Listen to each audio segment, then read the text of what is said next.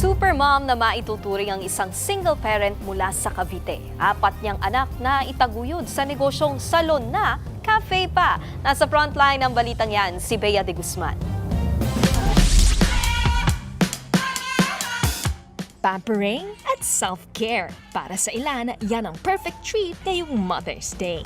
Ang isang nanay, nagtayo nga ng sariling cafe at salon dito sa Tagaytay, Cavite. Pero di lang pagpapaganda at relaxation ang rason sa likod nito.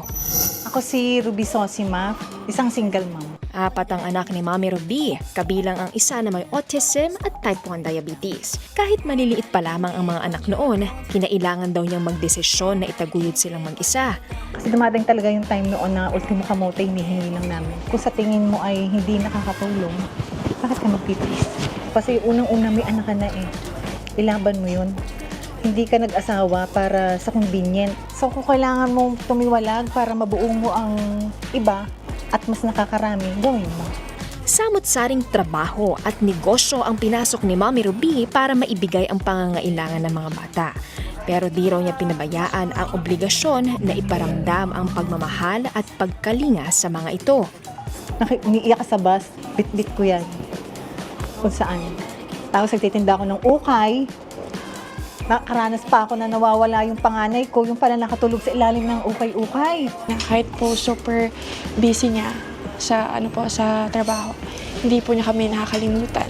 Sa amin pong 4, I have hyperthyroidism po. My ate has anxiety and depression, and yung kuya ko po may autism. Mami mas strong because she could keep up po. And kung ako po, papiliin ako ng iba, si Mami lang pong pipiliin. I love you, Mami. Dahil may background sa physical therapy at nagkaroon ng pagkakataon na mamuhunan, sumugal si Mami Ruby sa negosyo noong 2019. Ngayon, hindi na lamang ito basta negosyo. Nagsisilbi rin itong pag-asa para sa mga kapwa niyang single mom. Nung nag-apply po ako dito, tinanong niya bakit para sa mga anak ko kaya ako nag-apply dito. I-push pa yung sarili namin na makaangat pa.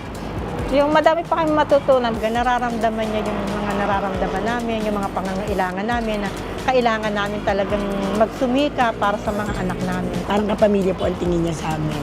Habang sama-sama silang kumakayod para sa pamilya, isa lang ang pakiusap ni Mami Ruby sa kung paano tratuhin ang bawat customer nila. Pag may pumunta ng nanay dyan, pagpasok pa lang, alam nyo na gusto niya ng usap kasi may approach siya na sinisimulang conversation eh. Ibigay nyo yun. May client naman na, naantok ako eh, gusto mo pahinga. Alam na nila yun, hindi nila kakausapin. Dahil ayon kay Mami Ruby, ang mga nanay sanay maging matatag para sa iba. Kaya ang kahit sandaling katahimikan o tsikahan, isang kape at kaunting pahinga lang, malaking ginhawa na. Happy Mother's Day! Bea de Guzman, News 5. Mga kapatid, Nikki de Guzman po. Para sa mga impormasyong dapat ninyong malaman, mag-follow at mag-subscribe na sa social media pages ng News 5.